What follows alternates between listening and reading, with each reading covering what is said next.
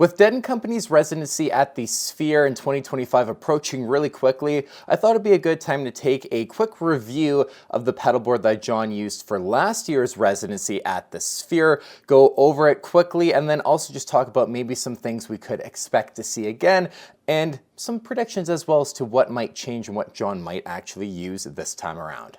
Alright, so here's the shot of John's board, and at least we have one shot that encompasses the entire pedalboard for the majority of the Sphere residency last year. It really seemed like we'd be taking just shots of the board that you just managed to get when there was a camera panning on the big screen, or like the Sphere walls really. But now we actually have, luckily we ended up getting one whole encompassing shot of the pedalboard. So it starts off on the first row with the Shins Music Perfect volume pedal. Then we have the exotic XW1 wah pedal. That is just clearly John's favorite wah pedal for a while now. We have the TC Electronics Polytune 3, followed by the Ibanez TS10. The next pedal is going to be the exotic Super Clean. Then we have the JHS pedals Box It Later, the custom Dumbulator in a box pedal that Josh Scott built for John. Then we have the exotic Super Sweet, followed by what probably is a slide rig from Origin Effects. It's hard to tell without actually seeing it. There's a few different pedals that fit that actual enclosure size, but John used the slide rig quite a bit in the past, so I'm just willing to bet that it's probably a slide rig this time around as well. Then we have a Moog EP3 expression pedal to round out that front row. When it comes to the second row there is one pedal that is placed sideways above the exotic XW1 wah. It could be two things. I kind of tend to lean towards it being a Phase 90, a script Phase 90 like John's used in the past with Dead & Company, but it also could be a JHS Prestige, but he's already got so many boosts on the board as it is. I just feel like a Phase 90 makes more sense, and from just this shot that we have where we can see it, unfortunately though, just a hunch or a guess is the best we can do when it comes to this specific pedal. But then we move on to the actual second tier row where we have the Boss OC3, and then mentioning more boosts, we have another exotic Super Clean on the pedal board with the Electro-Harmonix Qtron Plus, followed by the Way Huge Aquapus Mark II, and then John's Klon Centaur. So yeah, a lot of boosts. I really am leaning towards that being a Phase 90, but that's just me. Now we're on to the back row, and we have the 29 pedals Una, followed by a Source Audio programmable EQ. This is the first version of that pedal that John is using.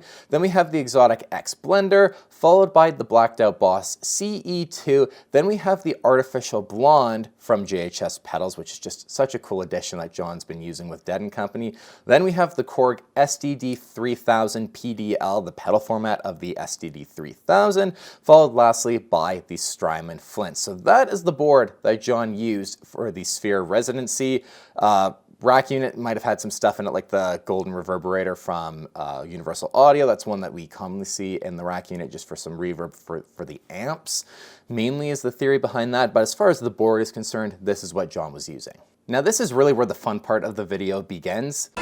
This is where the fun begins. Because now I want to try and just kind of predict or discuss what we probably are going to see from John and what we might see him change or some new things that he might use as well for the board. So the one thing about this pedalboard and John's pedalboards with Dead & Company for the past few years now is that he has been using that massive trailer trash pedalboard that we first saw him using during the 2019 World Tour, the 3-tiered spaceship-sized, enterprise command rig pedalboard that he's got on there. Just a ton of pedals, a ton of sounds. That I'm just willing to bet is a given for this residency as well. He's going to have a ton of pedals on, and the format should be roughly the same in terms of the sounds that John is wanting to cover. He might, change like the volume pedal, for example. That's, a choice that could come and go. But the things that I definitely think will change, kind of looking at that front row there, or sorry, stay the same rather, is exotic XW1 wah. I would be very surprised if John changed that. The Polytune 3 is a given, TS10 is a given. The kind of combination, the little system there of the Super Clean, Box It Later, and then Super Sweet is one we've seen John using before, like besides this tour or residency at the Sphere. So I feel like those three pedals as well will stay the same, and if that is a slide rig, honestly, I feel like we'll probably see a compressor of some sorts there. John kind of in the past has used the slide rig almost as a little bit of a boost too, not just straight compression. So the fact that that setup there seems, very thought out A lot of great pedals on there. I'm kind of just inclined to almost think that that's going to stay the same. Same thing with the exotic,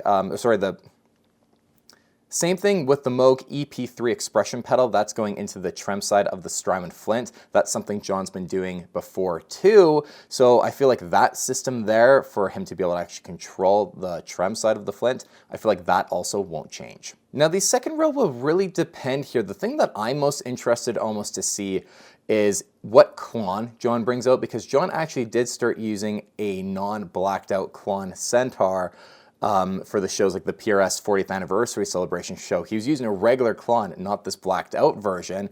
So that could be really interesting to see what he's using, because we've consistently seen the blacked out one being what he's been using. But now if he moves to just the non-blacked out version again, kind of like just that standard silver enclosured one, that could be really cool. That's honestly one thing I'm really interested to see. The Mark II Aqua-Plus, you could maybe see it changing to a Mark I depending, but with Dead & Company, John seems to be pretty consistently using the Mark II, so that'll probably stay the same.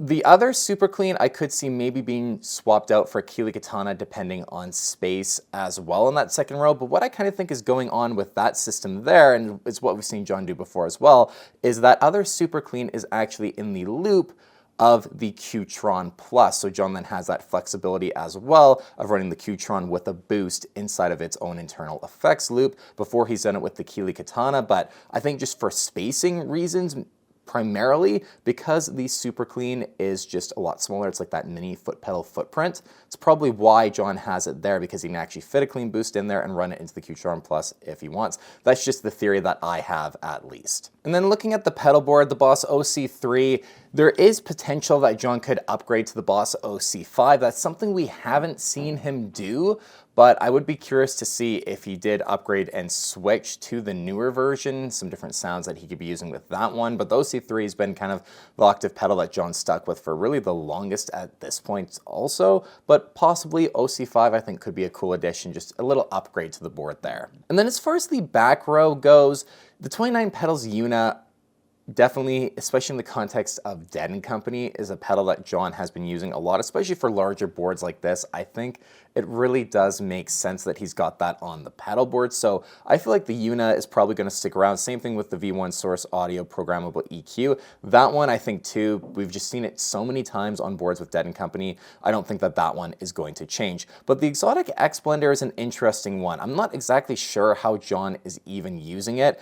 If one of the modulation pedals like the CE2 or the Artificial Blonde is in the X Blender, and that's kind of how he's using it. We've seen it in the past in the rack units with Dead & Company, so I wonder if that's something John was experimenting with, but that could be, I think, one thing that might change with the board, or I could see possibly changing at least, is that the X Blender might go away or even be replaced back in the rack unit, especially if John ends up needing the space for other additions. And now when it comes to this modulation section, like I said, it kind of depends if that is a Phase 90 or not that's placed sideways on the pedal board. If it's not, I could see a Phase 90 getting added to that top row, but the CE2 and Artificial Blonde might stay around, maybe. The CE2 I'd say for sure. Artificial Blonde is one of those pedals where you could see it staying or going, or at least I think, equally.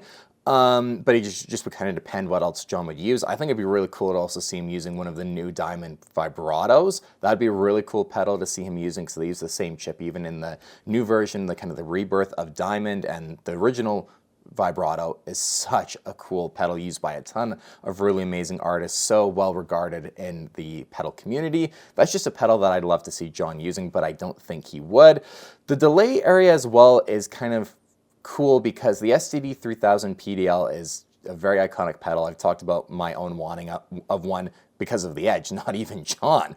But to see John using it, I think is really cool. But delays, he's always kind of experimenting with Dead & Company. I can see possibly, because that pedal does take up so much space, he might revert back to like the Chrono or even like the Strymon Volante or something like that. So I personally would be a little surprised if the STD 3000 PDL did stay on the board, just because of how big it is. But it also, I'm assuming, I've never played one, I'm planning on getting one, but I assume it'd be well worth the actual space that it takes up, just because of how great it sounds and, you know, what it is, right? But I can maybe see they're making some space, just adding the Chrono delay or a Strymon Volante on, or even like a pair of Chrono delays. You never know. That could be something that possibly John does. Now, one other thing I wanted to bring up in terms of maybe prediction is that the Mesa Boogie Flux 5 is something that we've seen John using with Dead & Company as well quite a bit for an extra overdrive gain stage. I feel like that pedal is just so amazing as well that it might see a return on the board, because this, for the residency at the Sphere, that was when the Mesa Boogie Flux 5 was dropped. John did use the Mark I Blues Breaker. It's hard to tell if it's a reissue or just a really mint original that John's had in his, pedal drawers for years, for decades.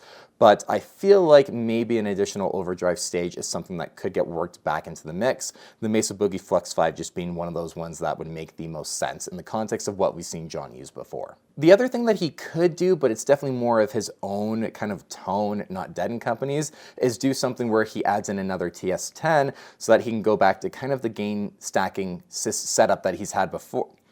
The only other thing that I can think of in terms of gain stacking that John could add into this board would be the addition of another TS10 so that he does have the ability to go TS10, Clon Centaur, TS10. But that is, or at least seems like that would be a bit more of his own kind of tone in terms of his own like solo career, not totally Dead & Company's, but because John's been doing it a lot lately too, I feel like that is a possibility, not a total surprise to see if John ended up doing that, like placing the second TS10 where the slide rig currently is, having that in there, and then you have that gain stacking setup done that way.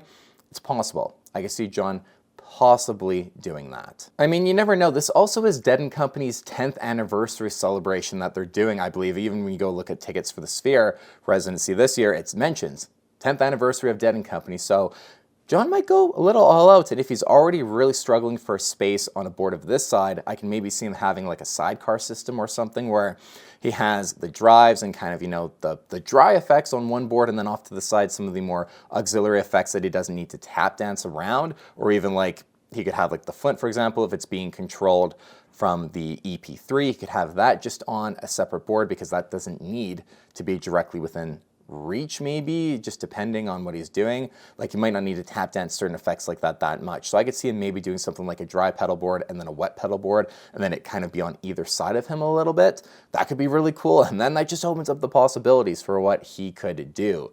Because I definitely think the way the board is right now, space is an issue for sure. Just the way you look at having one pedal sideways above the XW1 wall, there is not a spot at all for anything else on this paddle board. It's as cramped as you would want it for big professional, shows like this, and for what John is doing. You wouldn't want to just squish pedals on there any more than it already is. So I think a sidecar could be really cool. Do I think it's likely? No, but that's just where my mind personally goes of, okay, where do we go from here if you're just wanting to add things? I could see possibly doing 2 pedal boards and then kind of one on the right, one on the left of John, Mike in the center, and then he has like a system like that he can use. Who knows? We'll see. I just thought it'd be fun to kind of go over the board as well and what would be likely to stay, what might change.